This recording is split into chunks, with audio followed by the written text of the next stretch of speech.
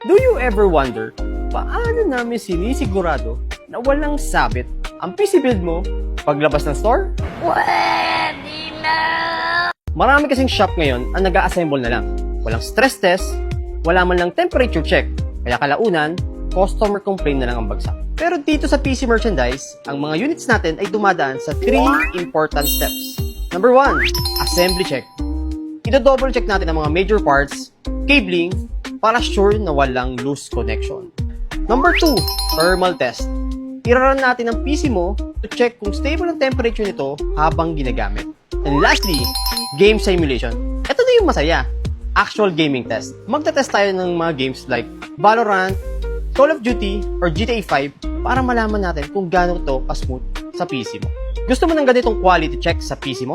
Just follow PC Merchandise, where quality builds are a standard, not an add-on.